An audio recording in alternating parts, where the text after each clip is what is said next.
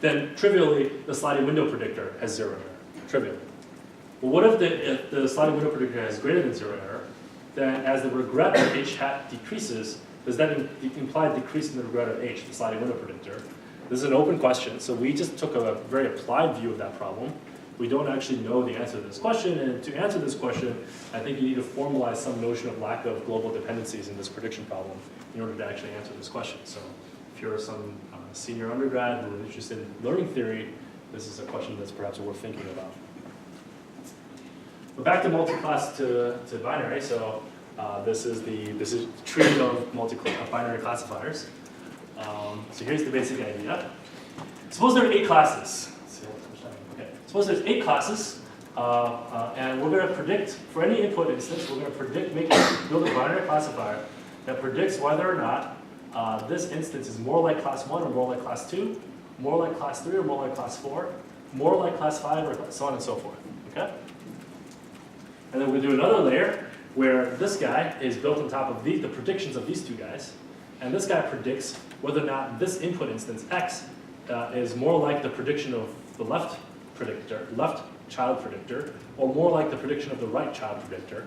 And this guy predicts whether or not this x is more like the prediction of the left child predictor, or more like the prediction of the right child predictor. So this guy predicts just left and right. And then this is recursively defined until there's a single node left, and then predicts a label, right? So how does this work in practice? In practice, how this works is you give it an x, you go to this guy, and you say, given this x, is it more like left or right? Okay, if it's left, you go left. If it's right, you go left, right. And you go to this guy, and you ask, is this x more like your left child or your right child? And you go to this guy, and you ask, is the prediction more like class 7 or class 8? Right? We've reduced the problem multi-class classification into a set of binary classification problems. Here's the learning reduction. So learning reduction requires a formal construction of the training set as part of the reduction. So for the first layer, it's basically all the Sij, which is a training set for like S12 or S34 or S56, is a label if it's your input instance plus a label of 1 if it's the left and 0 if it's the right. And it's only training examples that have one of these 2 labels. So this is the reduction here. So we basically partition the training set. In the second layer, I won't go into details, but basically, it takes all the data over here plus no mistake in either H1 or H2, H3, H4, and then we predict left or right. So this is the transformation of the training data. And then it recursively is defined like this. And I don't want to go. I'm not going to go into details. But that's just a high-level idea.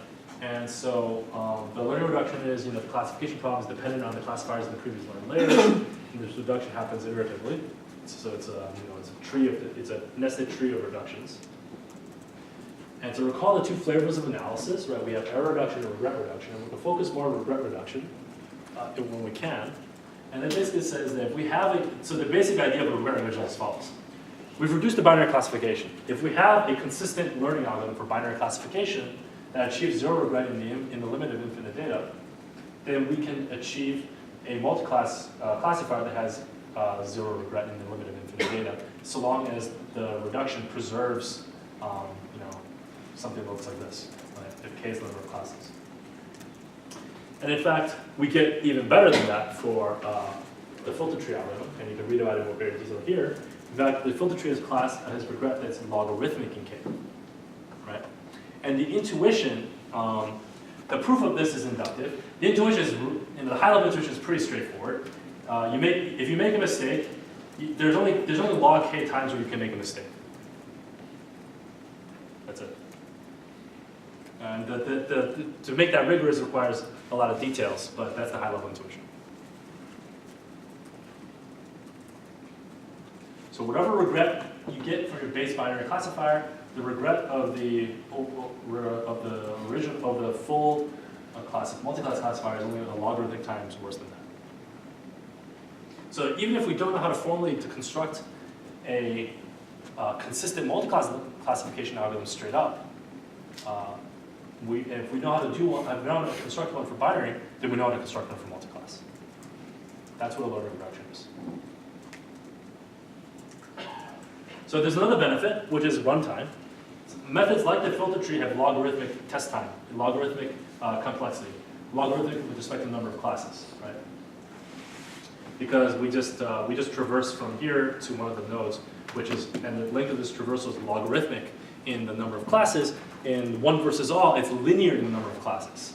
In many web companies, they do multi-class classification problems with thousands or millions of classes. Right? Can you imagine run at test time? You have to run 1 million scores before you figure out which class you want. And if you can be logarithmic in that, that's a lot more computationally efficient as well.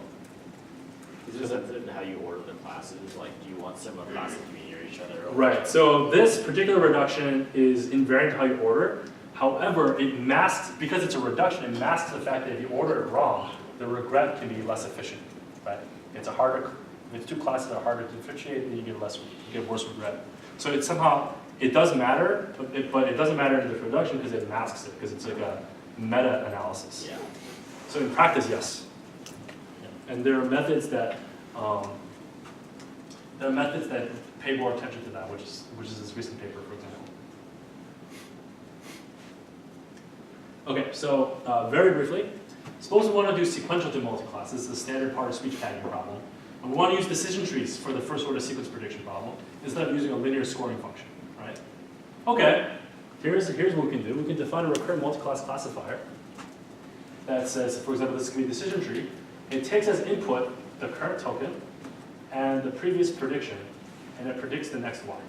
And you can run this across them all. It's like you're doing for Turby, almost, not quite, but with a decision tree instead of the linear scoring function.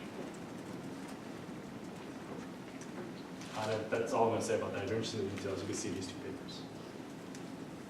Okay, so today we talked about some recent applications, connections to an area called learning reductions. So this is no lecture this Thursday, so in 2 days from now, because of the student faculty conference.